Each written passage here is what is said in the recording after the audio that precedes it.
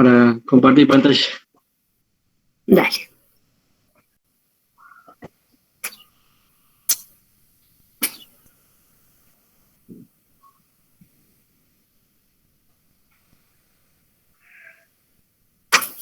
Bien, ahí ya se ve. Bien.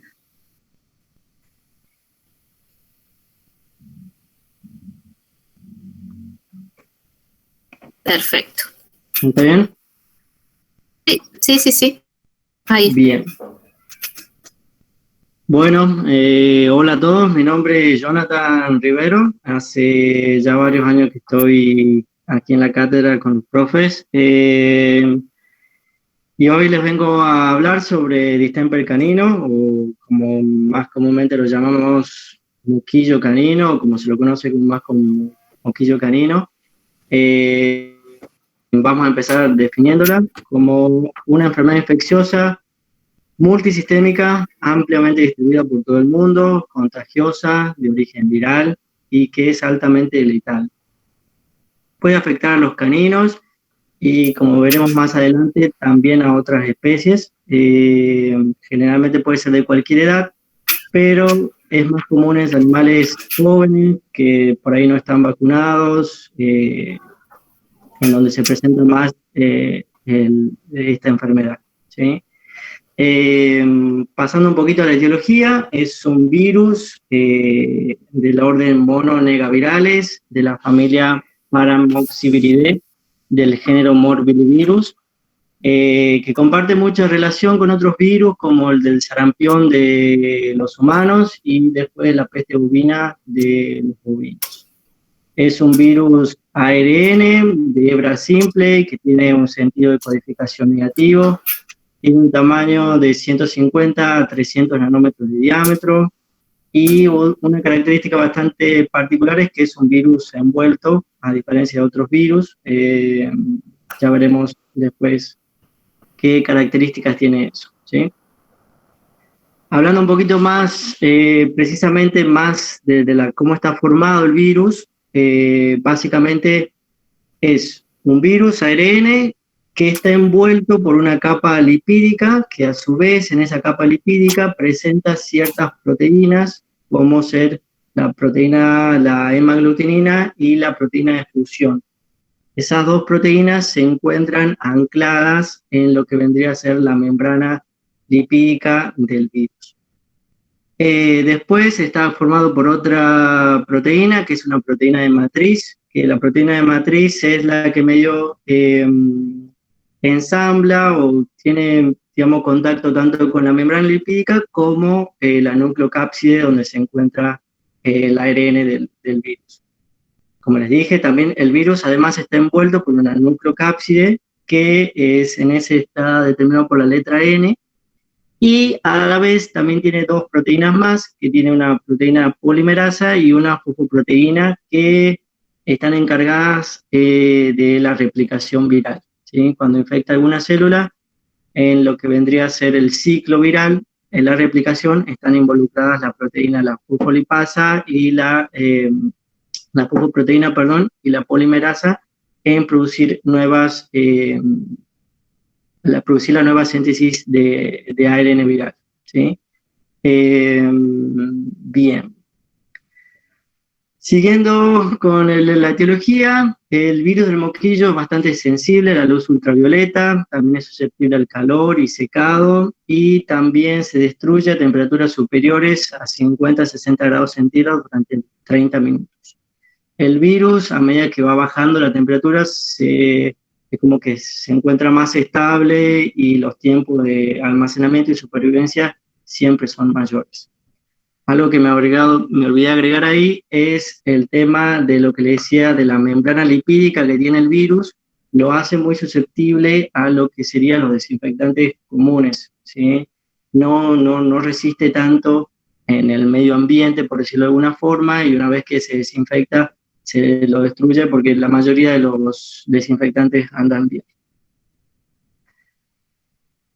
bien. Siguiendo también con la etiología, como les dije, además de los caninos, también afecta a otras especies, como ser también dentro de la familia Canidae, lo puede afectar al perro, al zorro, al lobo, chacal. Después hay de otras familias, como ser la Procionidae, que está el mapache, el cuatí. Después otros animales, como la comadreja, el hurón.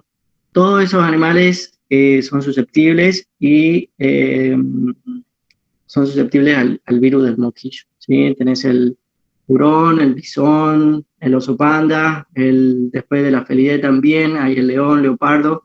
En el caso de los gatos, tengo entendido que es una infección autolimitante, en la cual no se muestran signos clínicos, así que el gato doméstico estaría excluido en este caso. En cuanto a la epidemiología, el virus generalmente se propaga a través de gotitas o aerosoles que van a ser muy abundantes por ahí en los exudados respiratorios de obviamente los animales enfermos, pero también se lo puede aislar de la mayoría de los tejidos y las secreciones corporales, incluso la orina, ¿sí? El virus se puede excretar hasta 60-90 días después de que haya producido la infección, y lo que tiene también de particular es que hay una gran proporción de animales que se infecta de manera subclínica, en la cual el virus entra, el organismo lo puede eliminar y no se muestra ningún tipo de signo clínico, pero a su vez ese animal puede todavía ser una fuente de infección para otros animales susceptibles. Como le dije, puede afectar a cualquier animal de cualquier edad, pero se aumenta la prevalencia y la gravedad de la enfermedad en animales de 3 a 6 meses aproximadamente, que es cuando cae la inmunidad que está aportada por el calostro y por la madre, y junto con el contacto obviamente con el virus del moquillo. Pasando ya un poco a lo que sería la patogenia, esto bastante, digamos, tiene algunas particularidades, poco complicado, pero básicamente comienza todo a partir de que el virus toma contacto con linfocitos y macrófagos, ¿sí?, del tracto respiratorio superior. Los linfocitos y los macrófagos tienen un receptor que se llama CD150, que es el receptor contra el cual se une la hemaglutinina, que si se acuerdan, la hemaglutinina era la proteína que se encontraba en la envoltura del virus. Esa hemaglutinina toma contacto con estas células, con ese receptor, y son las primeras células a las que invade el virus, ¿sí?, que se produce dentro de las 24 horas.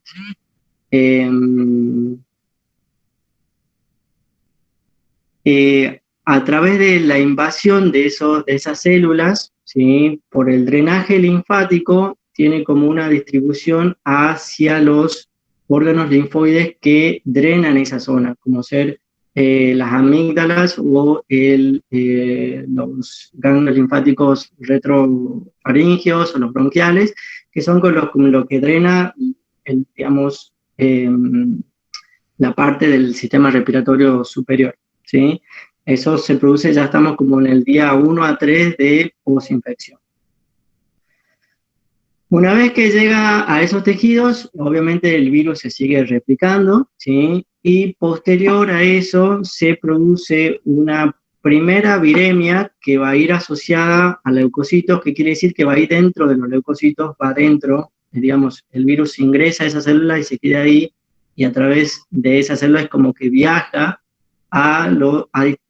ya se produce la primera viremia y llega a los órganos linfoides, como ser el vaso, llega a la lámina propia del estómago y del intestino, llega a ganglios linfáticos mesentéricos, en realidad a todos los ganglios, y a las células de Kupffer del hígado. Digamos, se produce una primera diseminación hacia los órganos linfoides, en los cuales va a producir todo un efecto, digamos, de depresión de todo lo que vendría a ser los linfocitos T y los linfocitos B, produciendo una inmunosupresión. Desde un primer momento, en realidad, cuando toma contacto con esa primera parte de linfocitos, ya empieza a producir una inmunosupresión. Y esa es algo bastante clave en esta enfermedad, que es una enfermedad inmunosupresora.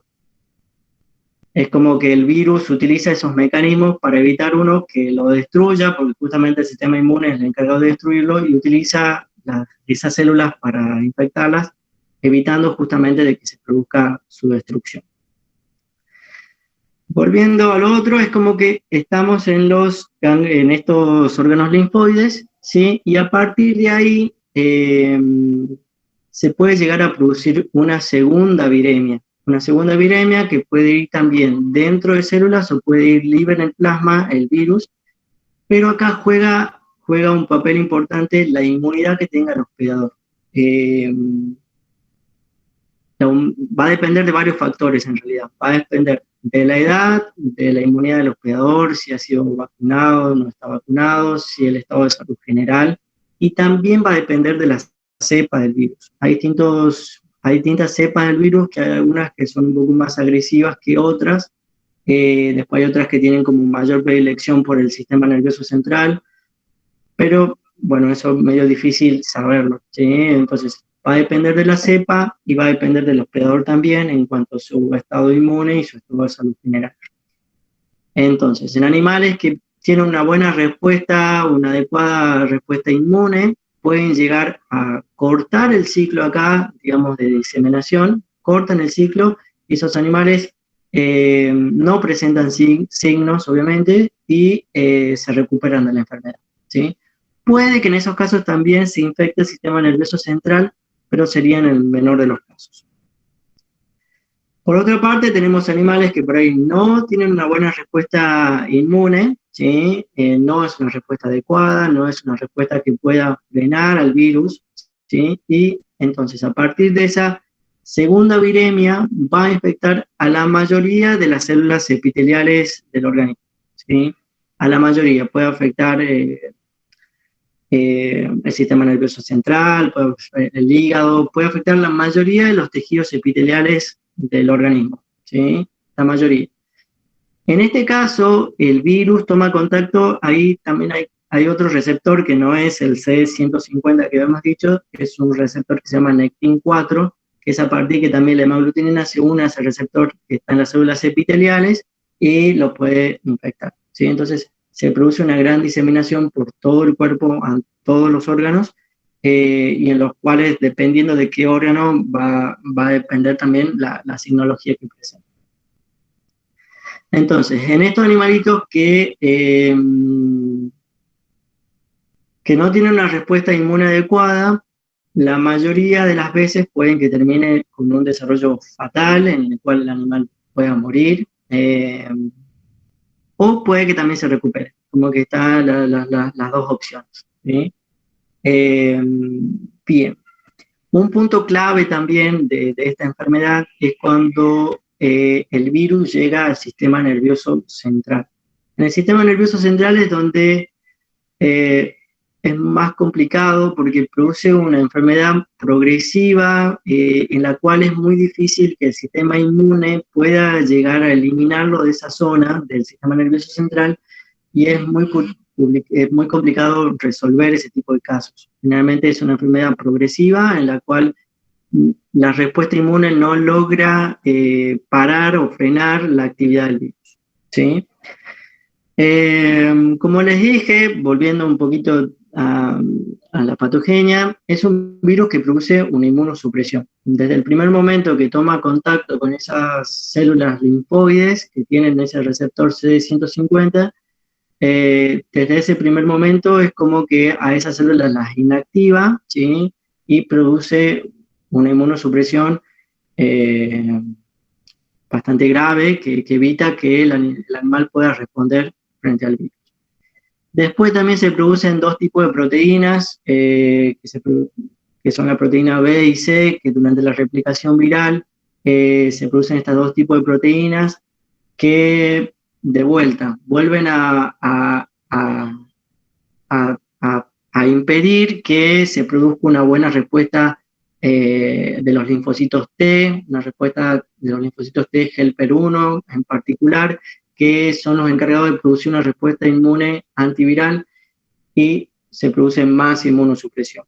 Después tenés la proteína B, la C, perdón, que está muy involucrada en los procesos crónicos, lo vamos a ver un poquito más adelante, y la nucleocápside, que también a su vez se une con otro receptor y bloquea los linfocitos B, que recordarán, los linfocitos B son los encargados de producir las inmunoglobulinas, entonces como que no permite que tampoco se empiecen a reproducir o se empiecen a desarrollar, ¿sí? Entonces se produce tampoco, como que frena la respuesta humoral. Otra particularidad que tiene, que también en lo que vendría a ser las tonsilas y las placas de Peyer, que se encuentran en el tracto gastrointestinal, en el intestino, también produce una depresión de esa respuesta inmune humoral, pero ahí está mediada por una respuesta inmune humoral de las mucosas, que en particular de la inmunoglobulina A, que permite también las infecciones secundarias bacterianas, ¿sí? Que también puede ser un problema en este tipo de enfermedades, que más allá de la propia enfermedad que produzca el virus, se puede haber complicaciones por alguna infección concomitante con una infección secundaria bacteriana. Y como vimos, también afecta a los órganos linfoides como el vaso, ¿sí? O los ganglios linfáticos, que son los encargados justamente de producir las células inmunes. Y le produce toda una depresión de todos los linfocitos T, los CD4, los CD8 y los linfocitos B. Entonces, la inmunosupresión es por varios lados y es bastante grave, ¿sí? Volviendo al tema de que les dije que uno de los puntos clave que tiene en la patogenia de la enfermedad y uno de los procesos más complicados es cuando afecta al nervioso central.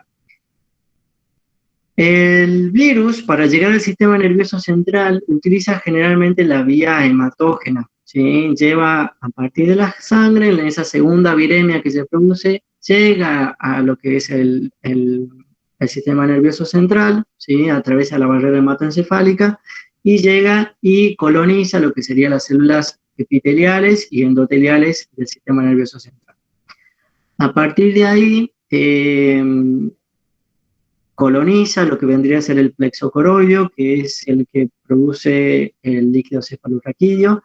Entonces hay una contaminación también del líquido cefalorraquídeo y a través del líquido cefalorraquídeo una diseminación, digamos, por todas las zonas que son periventriculares y subependimales, que, como la corteza cerebral, en las cuales se disemina aún más el virus en el sistema nervioso central. También se ha visto que podría haber otra vía de entrada para el virus, para el sistema nervioso central, que es a través de una vía retrógrada, en la cual a través de la invasión de la mucosa respiratoria toma contacto con ciertas neuronas, con nervios, neuronas, que a través de un viaje, a través de las sinapsis neuronales, llega hacia el bulbo olfatorio y a través de ahí llega a colonizar el sistema nervioso central, ¿sí? Bien. Básicamente, en lo que sería en la infección del sistema nervioso central, se la puede dividir como en dos partes. Una parte que va a estar, que es la parte aguda, que las lesiones van a estar producidas mayormente por la acción directa del virus. El virus, a través de su replicación y a través de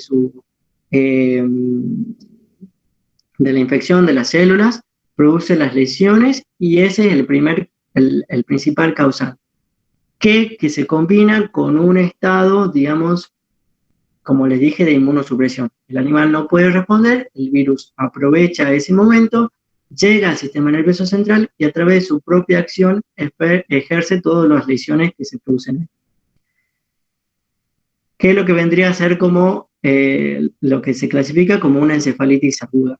Que está caracterizada, como les dije, por lesiones multifocales, tanto en la zona, en la materia blanca como en la materia gris, a partir del propio virus, a partir del ARN mensajero que se produce en el ciclo viral, y la presentación de antígenos y demás, todo eso se produce en esta etapa aguda. Puede que llegue alguna parte de algún tipo de respuesta inflamatoria, pero esta primera parte se clasifica como una respuesta no inflamatoria, en la cual, como les vuelvo a decir, las lesiones se producen principalmente por la acción directa del virus, ¿sí? En este caso se produce una desmielinización, ¿sí? Que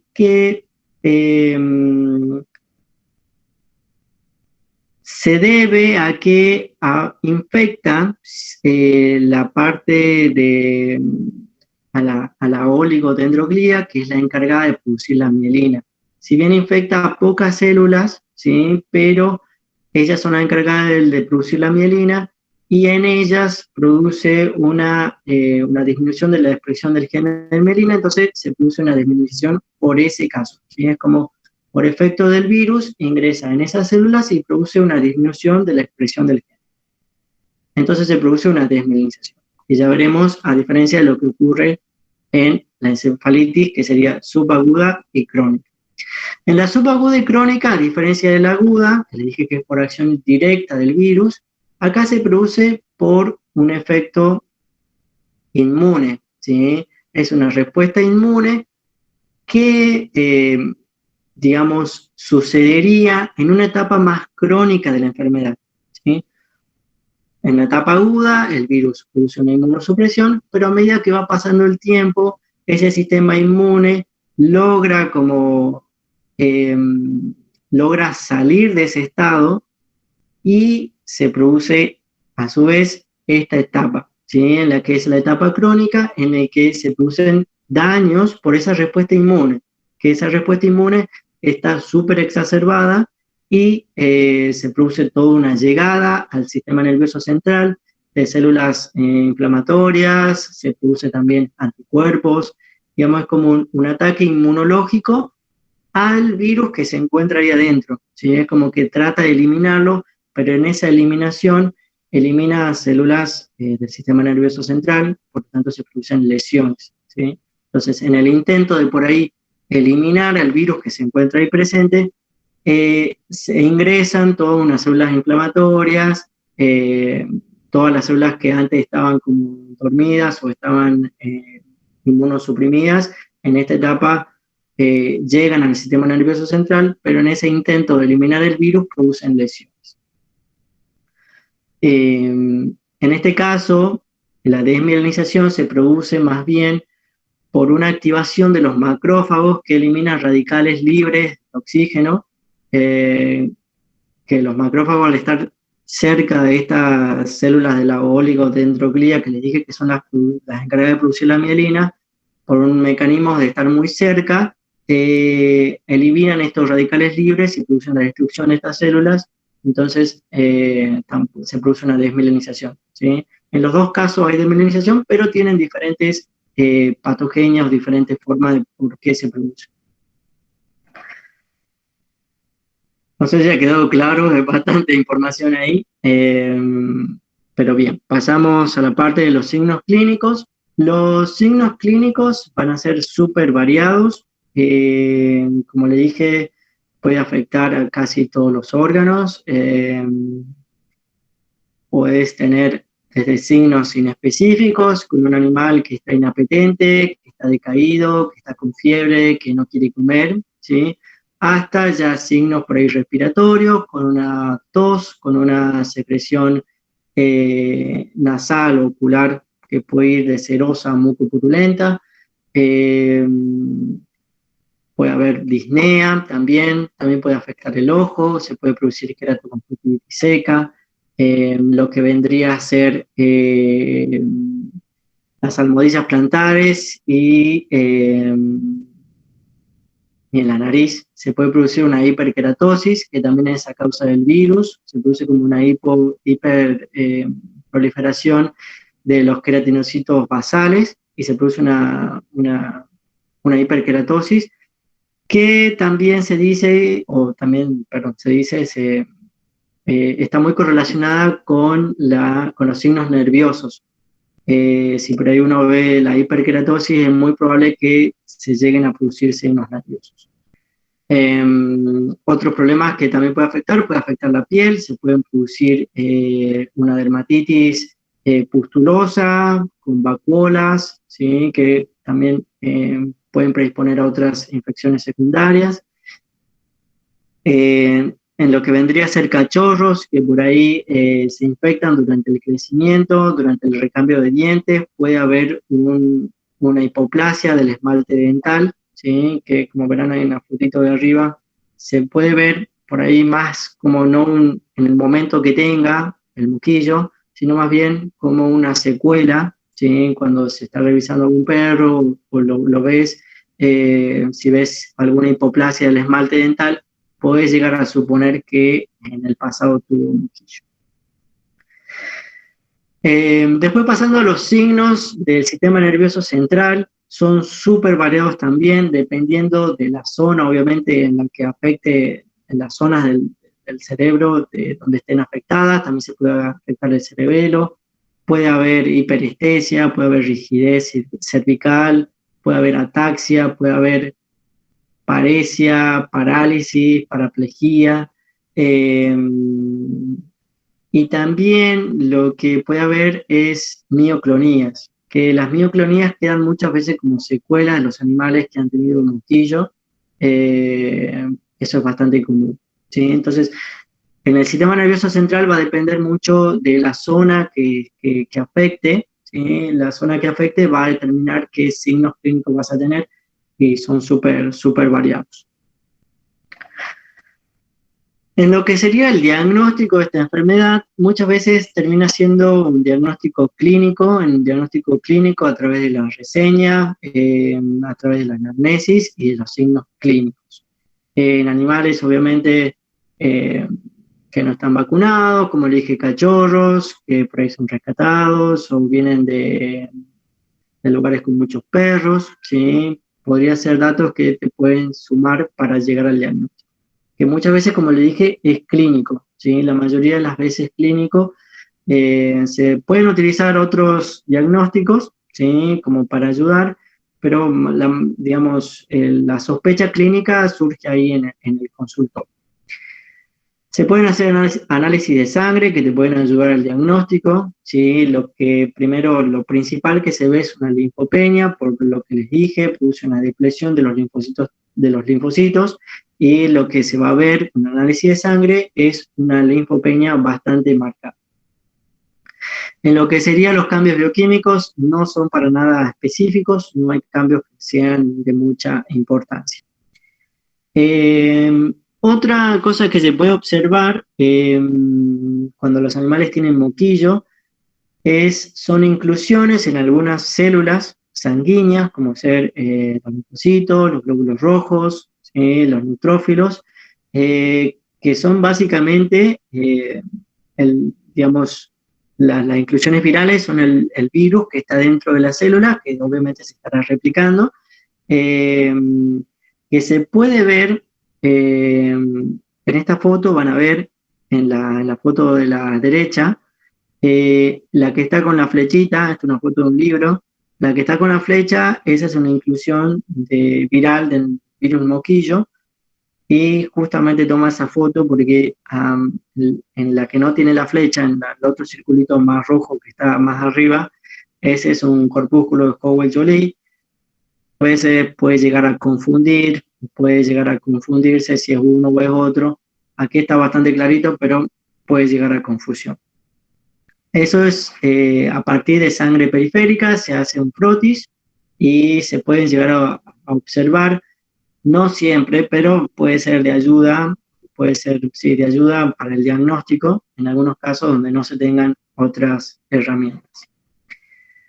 Las radiografías podrían llegar a utilizarse también, más que nada cuando se tengan perritos con alguna dificultad respiratoria marcada o con alguna afección de lo que vendría a ser pulmones.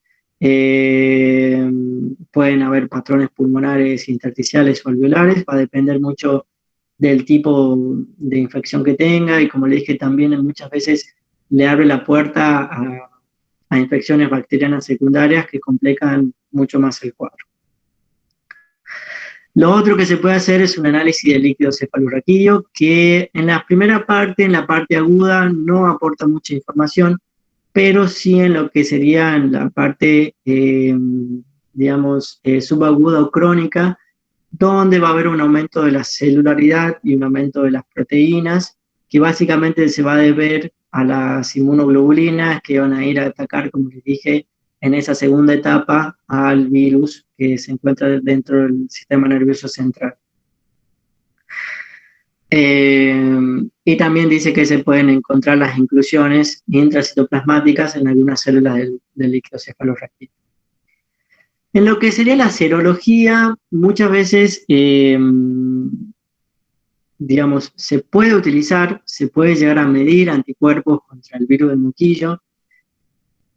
Digamos, no nos va a ayudar para el diagnóstico más bien del momento, porque muchas veces puede que haya, como les dije al principio, no se van a producir muchas inmunoglobulinas, más bien tendrían que ser muestras pareadas o sea, muestras separadas por 3 a 4 semanas, ¿sí? Para ver si han aumentado esos anticuerpos en el tiempo, como para llegar a confirmar que se estaba tratando del moquillo.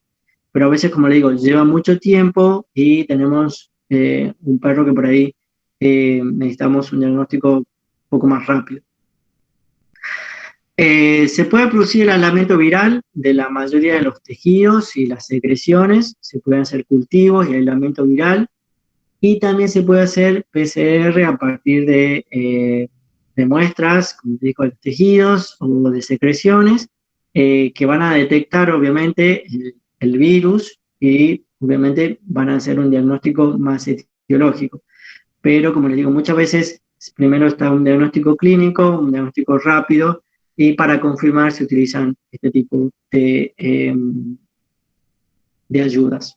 Lo que sí es un diagnóstico bastante rápido y que se puede utilizar en la clínica, ¿sí? Y que es bastante rápido, como les dije, son pruebas de inmunocromatografía en la que la mayoría, tengo entendido, en este tipo de casos detectan antígenos a partir de, puede ser muestras de secreciones de las mucosas ocular o nasal, también se puede utilizar sangre, el virus también está en la orina, ¿sí? A partir de esa muestra se puede tomar una pequeña muestra y se ve si el resultado es positivo o negativo, se marca en el propio test una liñita es negativo y 2 líneas es positivo, que quiere decir que hay antígeno presente del virus del moquillo. Es algo bastante rápido que se puede utilizar en la clínica como para tener un diagnóstico, sí, como le dije, rápido. En lo que vendría a ser el tratamiento, no hay un tratamiento que sea específico contra el virus del moquillo, lamentablemente. La mayoría de los tratamientos que se intentan hacer es como un tratamiento de soporte para los animales, porque no hay ninguna droga que sea específica para atacar el virus del moquillo. Generalmente se hace un tratamiento sintomático, obviamente si los perros están deshidratados o necesitan alguna suplementación a partir de un suero, medicamentoso, a partir de si tiene fiebre, se puede utilizar antipiréticos, o si tiene por ahí un cuadro gastrointestinal que también puede llegar a pasar, un antivomitivo. Es un tratamiento más bien, como les digo, de soporte que va a estar determinado a partir de los signos clínicos que presente el animal. Y además hay otros que pueden ir acompañando a ese tratamiento como, también se pueden utilizar antibióticos, porque sabemos que se puede llegar a producir infecciones bacterianas secundarias. Básicamente para eso es el antibiótico, muchas veces no confundir que es para el virus, sino para evitar que se produzcan infecciones secundarias. Como les decía, también se puede utilizar tratamientos que acompañan a ese tratamiento de sostén a partir de antioxidantes. También se pueden dar vitaminas del complejo B, complejo vitaminas E y vitamina A, que lo que tratan es como de tener un efecto antioxidante para evitar que se sigan produciendo lesiones. Después lo que se puede utilizar, si bien hay drogas antivirales, no se ha visto que tengan un buen, digamos, no se ha visto que puedan llegar a lograr buenos resultados. Si bien se las utilizan, en algunos casos puede que sí, en algunos puede que no, se las pueden llegar a utilizar. Hay uno que se llama ribavirin, ¿sí? Que después pueden verlo ya de pasar después un paper donde pueden leer un poquito de las drogas antivirales. Y también hay una que se llama azatioprina, que si bien se la utilizó en algún momento como un inmunomodulador, se vio que también tenía cierto efecto antiviral, que se puede llegar a utilizar en este tipo de enfermedades.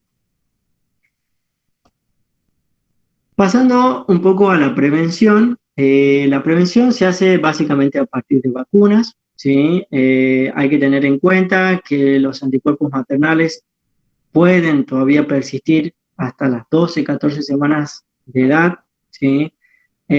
Por lo tanto, con la vacuna deberíamos por lo menos ponerla hasta la semana 16, semana entre 14 y 16 estaría bien con aplicar una vacuna hasta ahí. Entonces comenzamos a partir de las,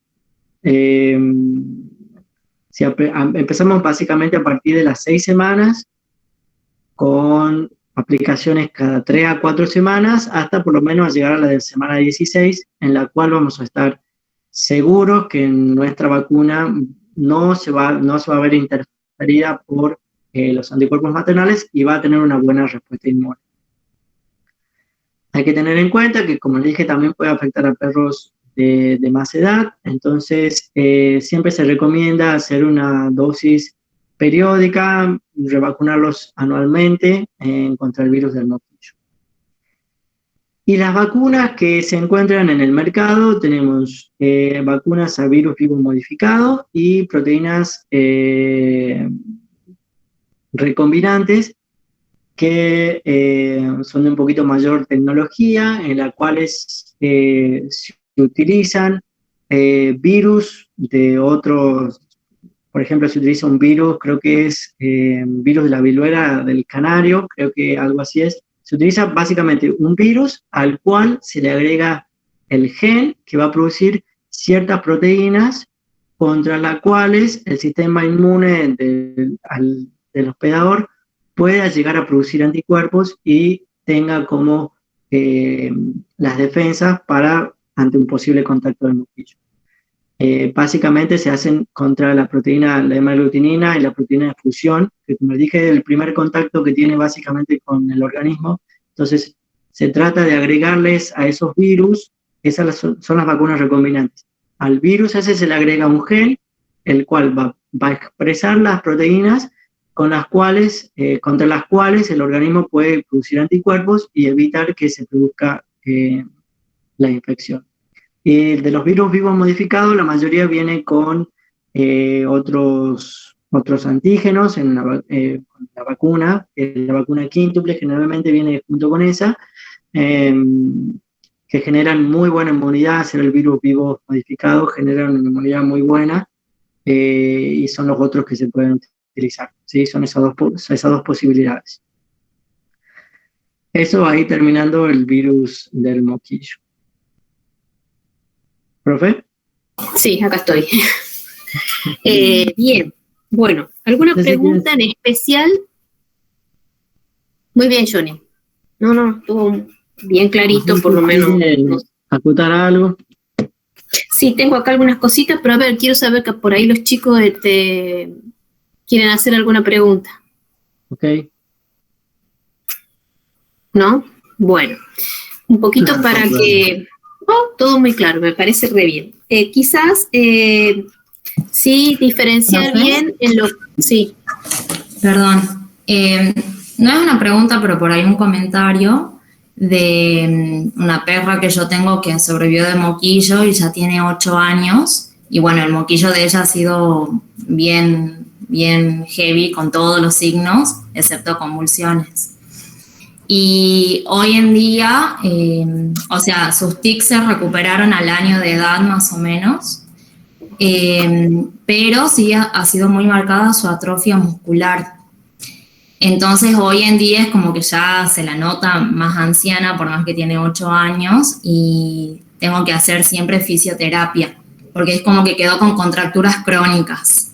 Uh-huh. Así que hacemos mucha fisio y bueno, como que eso le cambió la calidad de vida, y por ahí era algo que si se lo hacía más a una etapa más temprana, capaz que su cuerpo se desarrollaba de otra forma. No sé, lo comento nada más. Claro, lo que pasa es que el daño principal es la fase aguda o crónica, y de acuerdo a eso va a ser la manifestación clínica, se va a dar de acuerdo a dónde ha sido lesionado el sistema nervioso central. ¿Estamos? En el caso de las convulsiones uno sabe que está tocando áreas, digamos, más que nada de la corteza, y esas convulsiones pueden durar para toda la vida o puede ser por un periodo, si el animal se recupera. Y después tenés algunas lesiones a nivel de médula en donde se produce esto, donde se produce parálisis y paresias, parálisis principalmente, que al tiempo se pueden recuperar si no han lesionado la neurona que, digamos, inerva esa zona, ¿sí? Entonces, si solamente ha sido la mielina la lesionada, la mielina se puede recuperar siempre y cuando las células que son de la no me sale ahora el nombre, de la oligodendroglia no se ha muerto, sino que la ha lesionado, no del todo, entonces puede haber recuperación y recuperación de la mielina, y de ahí sí va a depender de si esa recuperación es total o no, porque si no es total, va a seguir con una parálisis o va a haber una atrofia del miembro. Pero ahí estamos nosotros los veterinarios en poder hacer el seguimiento de ese animal. Generalmente ese animal después no vuelve el tiempo después que ha superado la enfermedad del moquillo, en donde uno puede ver las consecuencias posteriores. Porque el dueño dice, bueno, se salvó y listo. Pero si ese animal, como el tuyo, por ejemplo, en un primer momento uno empieza a hacer fisioterapia porque ve que se está recuperando, quizás tendría una mejor vejez. Hay veces, como la tuya, que quedó con lesiones permanentes y otras que no.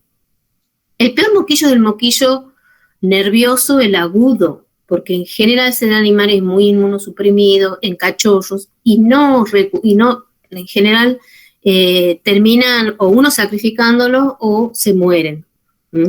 Porque no se da solamente el cuadro neurológico en ese tipo de pacientes, se da muchas otras cosas, inclusive una infección bacteriana secundaria en donde por ahí les da una neumonía tan grave que no los podés sacar adelante. Pero en el caso de la inmunomediada, que es el crónico, ¿sí? Que es cuando en realidad se produce la lesión debido a una acción de los anticuerpos contra el virus, y ahí se produce la lesión, por ahí muchas veces uno puede recuperar todas estas funciones perdidas, ya sea porque recuperación, digamos, espontánea, o porque uno puede hacer una fisioterapia, puede controlar las convulsiones y hacer que el animal tenga una vida normal. ¿Estamos?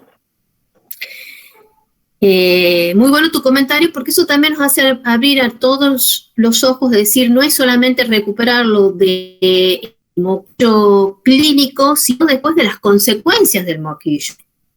Hay otros que también quedan con afecciones pulmonares de por vida, por tras de un moquillo fuerte donde hubo una contaminación bacteriana y una neumonía. Y hay que tratarla como cualquier neumonía, donde el paciente puede quedar después con una afección bronquial.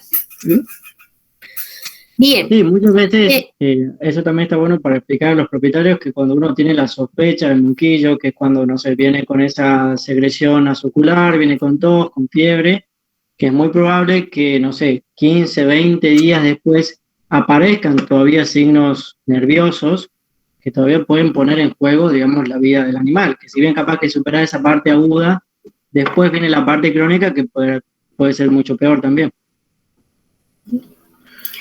Bien, una cosita para aclarar de la parte de diagnóstico. ¿Se acuerdan que el doctor les hablaba de que podían encontrar a través de una tinción los cuerpos de inclusión intracitoplasmáticas?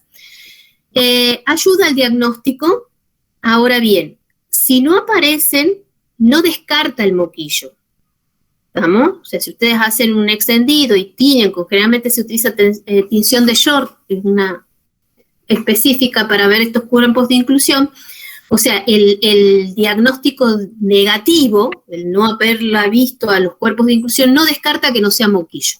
Si aparecen, es una cosita más que me ayuda. Y generalmente aparecen en las etapas tempranas de la infección. En las etapas tardías, en general, no aparecen esos cuerpos, no se los encuentra a esos cuerpos de inclusión. Y recalcar un poquito lo del diagnóstico. El diagnóstico clínico generalmente lo hacemos a través de la anamnesis y de los signos clínicos, principalmente distemper. Y obviamente se lo confirma después con una serología. ¿Por qué no nos sirve para decir, bueno, para hacer un diagnóstico de distemper tengo que hacer una serología? Porque cuando yo tengo el diagnóstico serológico, ya me ha pasado la etapa principal de la enfermedad, donde yo clínicamente tengo que tomar una decisión, qué tratamientos hago y qué puedo esperar de la enfermedad. ¿Estamos? Por eso es que es tan importante, bueno, y ahora con los SNAP es mucho mejor porque acuérdense que detecta antígeno, no anticuerpo. ¿Estamos? Entonces ahí también es un dato que si lo dispongo, si lo tengo, lo puedo hacer. Lo que pasa es que todas estas cosas y los SNAP es un costo al propietario que por ahí en estos momentos, y no sé cómo están costos de ahora para el mismo veterinario, porque como todo esto viene de afuera, por ahí no es algo que sea de la clínica diaria. Pero si lo puedo hacer, lo hago, y es un dato importante porque, como les digo, están detectando antígeno. Pero más que nada el diagnóstico es clínico. Después otra aclaración más les quería hacer. No, creo que no. Era eso. No sé si tienen para hacer algo, o Sebastián, ¿querés agregar algo más? ¿O alguien tiene para hacer una pregunta? Profe. Sí. ¿La midriasis bilateral también es un signo de distemper? No es un signo patognomónico de distemper. Es una afección que justo por lesión neurológica del nervio óptico, digamos, pero no porque sea patognomónica de distemper. Puede aparecer como puede no aparecer. Bien, gracias.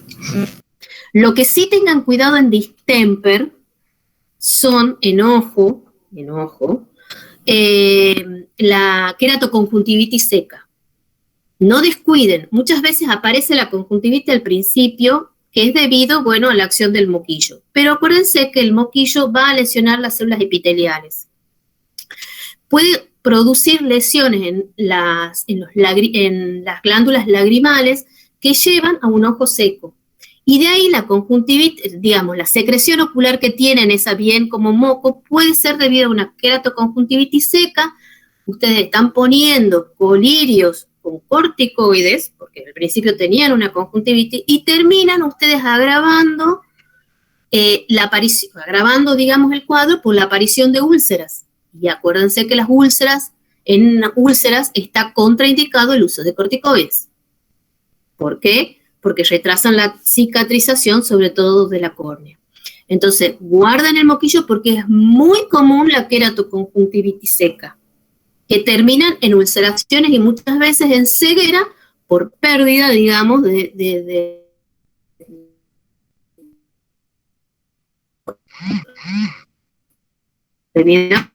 a la úlcera esta, perdiendo la... Tengan siempre en cuenta eso, es una enfermedad que produce, es una de los principales secuelas, es la queratoconjuntivitis seca, y muchas veces quedan de por vida, esos animales no se recuperan, así que van a tener que usar gotitas en los ojos y todas esas, o sea, lágrimas artificiales, que por ahí uno no lo tiene en cuenta. ¿Alguna preguntita? Muy bien. Sí. Sí. Con respecto a las vacunas, bueno, en la parte de enfermedades activas por agentes infecciosos ya hablamos un poco de la inmunización y de las vacunas, que creo que ustedes han subido en material. Cuando hablamos ahora del distemper, bueno, mencionaban una que es la que se combina con la recombinante y la del virus vivo modificado. Pero la del virus modificado se usa, porque según el paper que habían leído ustedes, los profes, produce, sí. Es la que se usa, es la que viene, la única, hay una sola vacuna recombinante en el mercado. Todas las demás son a virus vivos modificados. Todas las demás. Y son las que tienen una mejor respuesta. Es verdad que como toda vacuna a virus vivo no va a producir la enfermedad, pero sí puede tener efectos secundarios. Que era lo que vos te referías. Que decía, exactamente, sí. Claro que puede producir una encefalitis. Bien, pero se usa la recombinante. No, se usa cualquiera de las dos. La posibilidad que te aparezca por usar a virus vivos modificado una encefalitis es 1 en 1.000.000. Yo nunca en mi vida lo vi, está descrito porque es verdad y te lo dice. Cuando vos compras la vacuna y siempre traen en las cajas todo como efecto secundario, puede ser, pero es la probabilidad que te produzca eso es mínima. Pero bueno, te lo tienen que poner. Todas las que se usan y las que mejor respuesta tienen es a virus vivos modificados. Y además está la recombinante. Es como ahora el coronavirus, viste que todas vienen a virus vivo modificado, hay 2 que vienen recombinante y una que viene a virus muerto, que es la China. ¿Tá? Como efecto secundario, por ejemplo, la de AstraZeneca, yo les digo esto porque quizás lo asocian más rápido. La de AstraZeneca puede provocar una trombocitopenia. No sé cuántos millones. Pero son más los beneficios que lo que te puede llegar a causar. Y en general es muy baja la prevalencia. Bueno, esto es lo mismo. La de virus vivo modificado puede producir una encefalitis. Pero es muy baja la probabilidad. Yo no sé cuántos registros habrá en el mundo, digamos, de esto. Y es la que mayormente se usa. ¿Estamos? Bien, perfecto. Gracias, profe. Y úsenla con tranquilidad porque no hay problema. Es una vacuna muy, muy segura y que tiene buena respuesta. ¿Alguna otra preguntita? No, de nada. Bueno, ¿qué es lo bueno de la recombinante versus la virus vivo modificado? La recombinante ustedes solamente están colocando en los antígenos de superficie, o sea, no el virus, sino están colocando solamente los antígenos de superficie en otro virus que no causa enfermedad. Entonces el sistema inmunológico lo que hace es casualmente hacer anticuerpos contra esos antígenos de superficie que son los más importantes para que cuando entre el virus no se replique, no se adhiera a la célula y esas cosas. Cuando ustedes ponen el virus vivo modificado, sobre todo en un cachorrito, los anticuerpos de la mamá anulan todos los antígenos de membrana, inclusive los antígenos, todos los antígenos del virus. Cuando ustedes, en cambio, cuando ustedes ponen la recombinante, tienen más posibilidades de desarrollar anticuerpos porque los antígenos, los anticuerpos calostrales no van a anular todos los antígenos, ¿sí? Entonces tienen más posibilidades de crear anticuerpos. Esa es la única diferencia en sí, pero usen con tranquilidad en un animal chiquito sin ningún problema la de virus vivo modificado. Siempre teniendo en cuenta lo que habíamos hablado de inmunidad, que es muy probable que en las primeras vacunas haya un bloqueo debido a los anticuerpos calostrales. Seba, ¿querías agregar algo? Sí, solamente mi experiencia particular con las vacunas.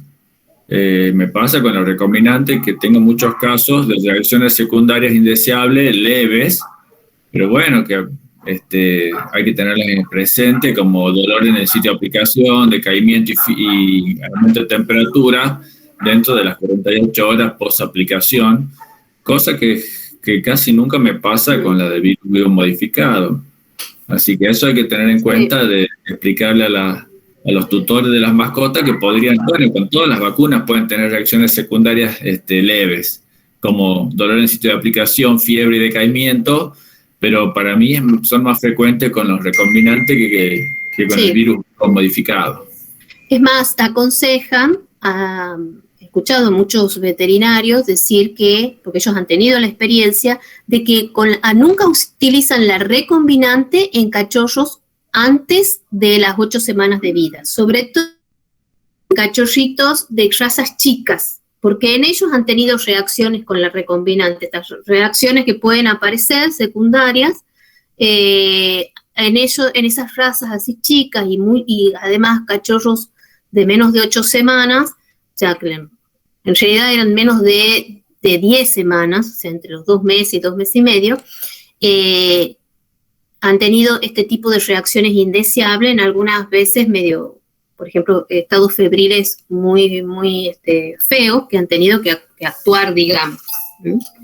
Pero más que eso no ha habido problemas. ¿Estamos? Bien. Johnny, si querés seguir con lo siguiente.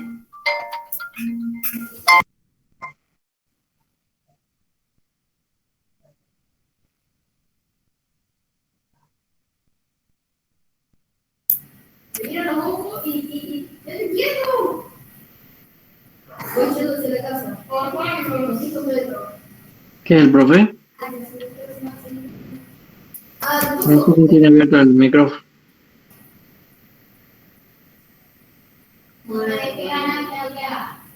¿Empieza nomás, profe? Dale, Johnny, todo tuyo, cuando quieras. Ok.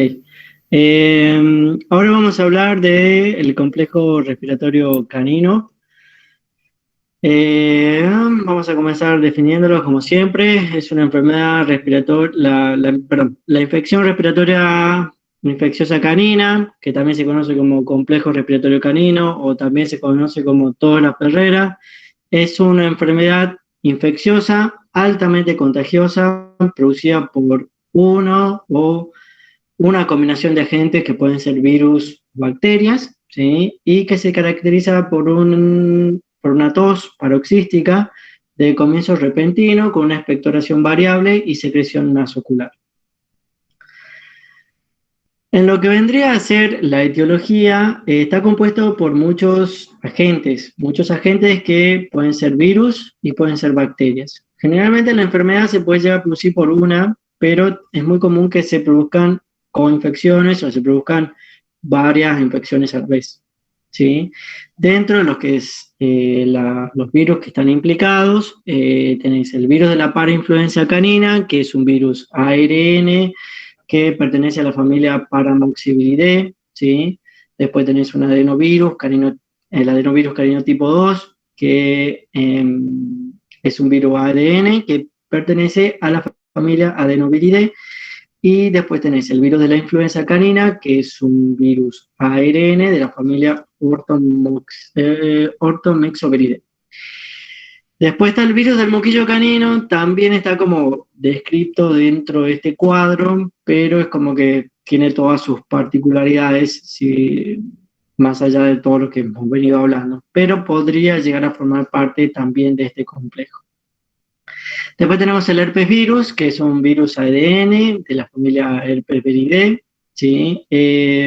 Generalmente este está más asociado con enfermedad sistémica en animales menores de 2 años, pero puede llegar a pasar que se produzca una reactivación en algún animal adulto con la producción de signos respiratorios como rinitis o faringitis.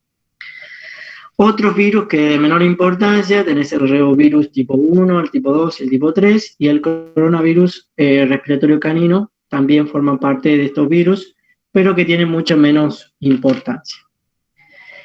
Dentro de lo que serían las bacterias, la principal bacteria implicada se llama Bordetella bronchiseptica, es una bacteria gram negativa, ¿sí? Que puede ser capaz de actuar como un organismo, digamos, siendo el principal del complejo respiratorio, o muchas veces como siendo un organismo oportunista o secundario más bien a la enfermedad vírica, ¿sí? Muchas veces llega a complicar los cuadros esta bacteria, ¿sí? Que podrían ser totalmente leves si están con los virus. Después hay otras bacterias de menor importancia, donde tenés el Streptococcus, Pasteurella, Pseudomonas, y también puede haber micoplasmas.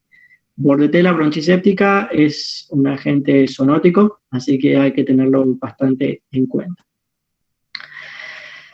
Dentro de lo que sería la epidemiología, es una de las enfermedades respiratorias más comunes, ¿sí? Que a pesar de la vacunación que se realiza, muchas veces se siguen reportando casos, ¿sí?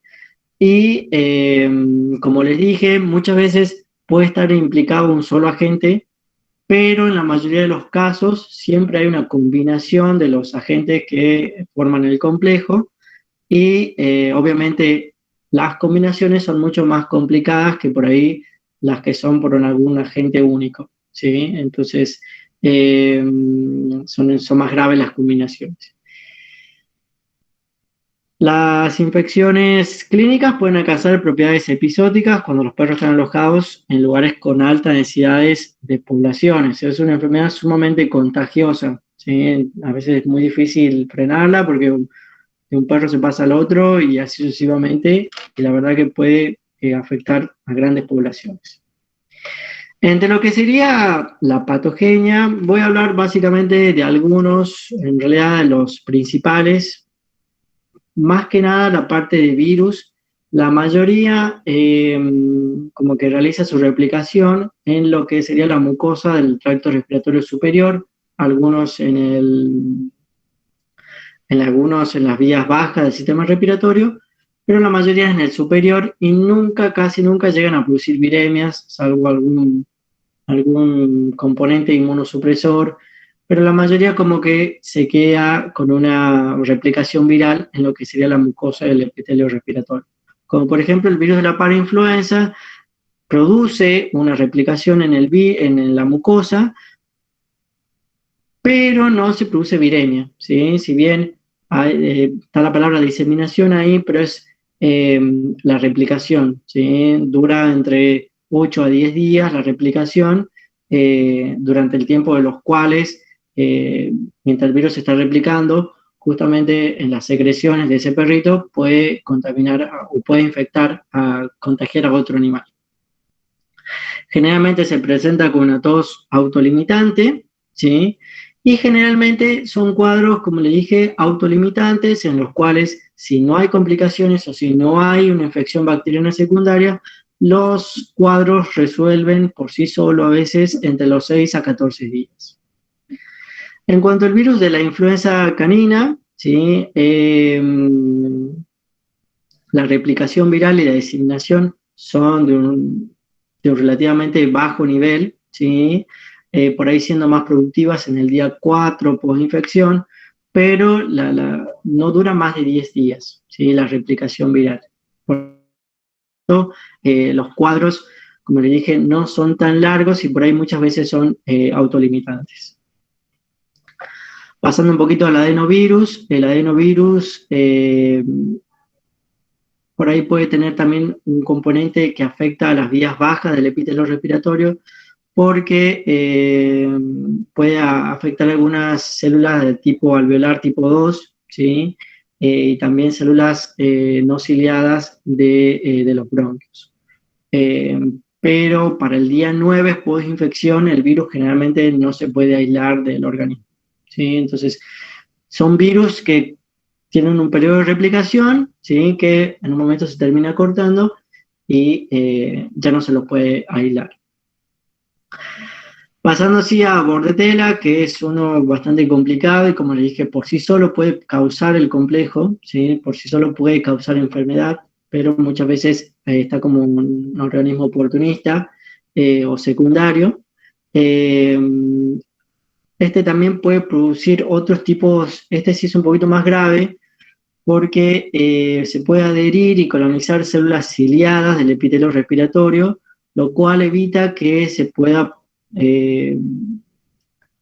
pueda, eh, se pueda realmente eliminar a la bacteria a través de ese barrido de las células ciliadas. Al momento que las invade a estas células, produce un proceso de ciliostasis, con el cual previene que se produzca la remoción bacteriana, ¿sí? Entonces se termina por contaminar aún más el sistema respiratorio. También tiene otros factores de virulencia que conllevan a un daño celular y perjudica el reconocimiento inmune y, como les dije, la depuración de la bacteria. En lo que serían los signos clínicos, muchas veces el principal signo que tiene este complejo es la tos, ¿sí? Que puede ser principalmente o en las primeras etapas una tos seca, que posteriormente se puede volver productiva con posteriores expectoraciones. Pueden haber estornudos, puede haber descargas nasales y oculares que pueden ir de cerosas a mucopurulentas, y también puede estar acompañado con fiebre, letargia, inapetencia, disnea, rales, pero obviamente, como les dije, también va a depender si están involucrados más de un agente o si también está en juego el tema de bordetela, ¿sí? Entre lo que sería el diagnóstico también se basa en lo que es la reseña, la anamnesis y los signos clínicos principalmente. Muchas veces también se llega a un diagnóstico a través de la respuesta del tratamiento empírico, ¿sí? Muchas veces son cuadros autolimitantes que no necesitan ni hasta medicación, ¿sí? En lo que serían los análisis de sangre, en la parte de hematología y bioquímica, no son para nada diagnósticos. En un primer momento podría haber tal vez una neutrofilia madura con linfopenia y eosinofilia, que sería un leucograma de estrés, y posiblemente un leucograma más bien inflamatorio con los leucocitos con un desvío a la izquierda, que podría estar más involucrado con alguna infección bacteriana secundaria o una neumonía. También ayuda el cultivo bacteriano, por si se lo puede hacer a partir de aspirados transtraqueales o lavados broncoalveolares. Puede hacerse a partir de hisopados en lo que es el epitelio de la tráquea. Por ahí serviría más para una etapa en la que no responde adecuadamente al tratamiento o estamos viendo que hay alguna complicación un poquito más grave. Las radiografías torácicas también pueden ayudar, ¿sí? Obviamente va a depender, como les dije, del grado de afección que tenga a nivel pulmonar. Básicamente eso. En lo que sería tratamiento, se utilizan antibióticos, ¿sí? Si bien en muchos casos no son complicados, pero no está mal el uso de antibióticos, ya que sabemos que pueden haber infecciones secundarias bacterianas, oportunistas, por lo tanto no está mal el uso de antibióticos en este tipo de enfermedades. Se puede utilizar amoxicilina con ácido clavulánico, doxiciclina o trimetoprim-sulfa. Ahí están las dosis y los intervalos, ¿sí? También se pueden utilizar antitusivos como la hidrocodona o el butorfanol. Se pueden utilizar los glucocorticoides con su efecto antiinflamatorio, como la prednisolona. Y en algunos casos también se puede llegar a necesitar broncodilatadores como la aminofilia. Bien, en lo que sería la prevención, en este caso existen vacunas contra el virus de la parainfluenza canina, el adenovirus tipo 1, que es el virus de la hepatitis, pero que se lo utiliza en este caso porque tiene una inmunidad cruzada con el adenovirus tipo 2, que el tipo 2 es el que forma parte del complejo respiratorio. Y bueno, como dijimos, también existen las vacunas contra el virus del mosquillo. Se deben aplicar por lo menos 2 vacunas de estos virus, que tienen que estar separadas de 3 a 4 semanas.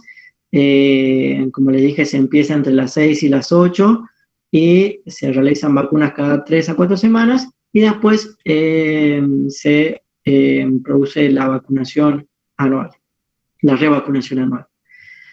También existe una vacuna intranasal contra bordetela, que se puede aplicar a partir de las 2 semanas de vida, ¿sí? Y también se recomienda revacunar posteriormente, o sea, anualmente. Bien, ahí estaría, profe. Muy bien, Johnny. Lorna tiene desactivado el micrófono. Sí, me acabo de cuenta. Bueno, dos cositas para aclarar. Justo ahí en vacunas, en realidad, capaz que te confundiste nada más porque uno por ahí tipea. Las vacunas vienen contra adenovirus tipo 2, ¿sí? Tienen ese antígeno, que tiene inmunidad cruzada con adenovirus tipo 1, que es el que produce la hepatitis canina, ¿sí? La hepatitis infecciosa canina. Entonces, al tener inmunidad cruzada, cuando uno, el antígeno del adenovirus tipo 2, protege contra las dos enfermedades. Esa pequeña aclaración ahí.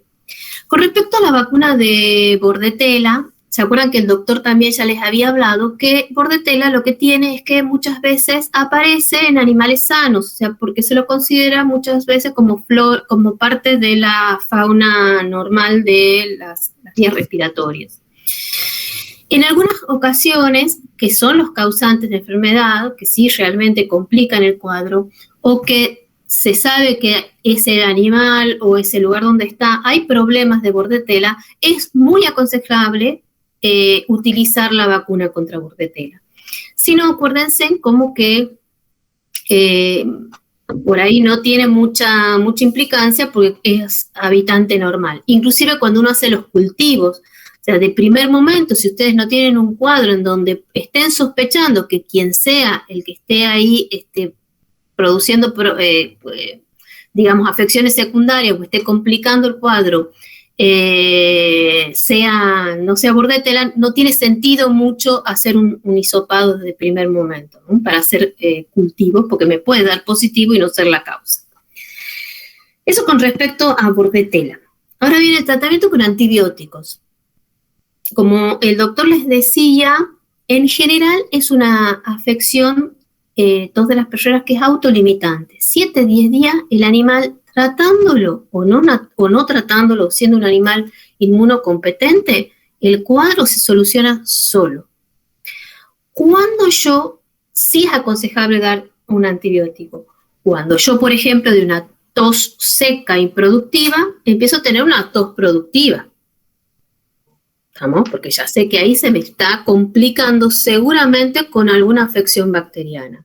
O cuando de una simple secreción nasal serosa, empiezo ya a tener una secreción mucopurulenta, porque ahí también ya sé que tengo contaminación bacteriana, que lo más probable tengo una contaminación bacteriana. Entonces ahí sí me planteo el uso de antibióticos y se empiezan con antibióticos simples de amplio espectro. Si ya no tengo respuesta, seguramente tendré que hacer un cultivo y un antibiograma.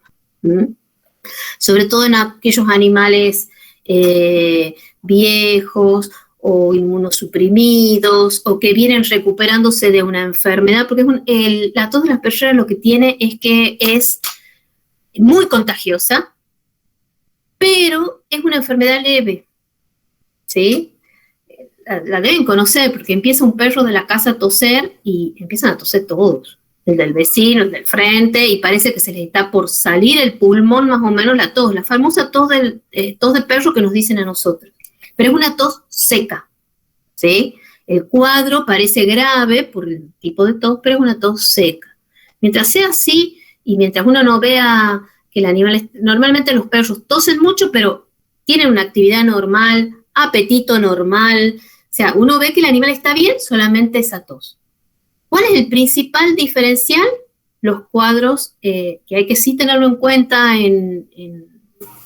cuando vienen a la consulta, es animales viejos, tratar de diferenciarlo con cuadros cardíacos, ¿sí? De insuficiencia cardíaca, que en general es verdad que las toses por ahí son más productivas, pero no siempre. Entonces, siempre tratar de hacer el diferencial con problemas con la tos cardíaca. Es uno de los principales diferenciales. Pero la diferencia va a ser que en este va a ser un animal solo, la cardíaca, y en el otro hay una epidemia. Uno empieza a tener un caso y empieza la veterinaria. Esa semana o ese mes, todos los perros andan con el mismo tipo de tos. Uy, ya estoy a las oscuras. Bueno, no sé si algo, Seba.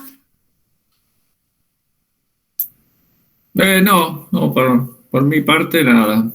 Todo bien, todo completo y claro. Jonathan, ¿alguna otra cosita que quieras acotar? No. Bueno, las vacunas son anuales, generalmente vienen combinadas en la famosa quíntuple, que en realidad si ustedes se ponen a ver una cuádruple, porque tiene 4 antígenos nada más, no 5 antígenos, protege contra 5 enfermedades, pero tiene 4 antígenos. El adenovirus tipo 2 que protege contra 2 enfermedades, pero es un solo antígeno. Sí, lo que solamente agregar, ya se habrán dado cuenta algunos de que de todas estas etiologías que mencionó Johnny, hay una que se puede transmitir del gato al perro y del perro al gato. No sé si alguien se anima a mencionarla.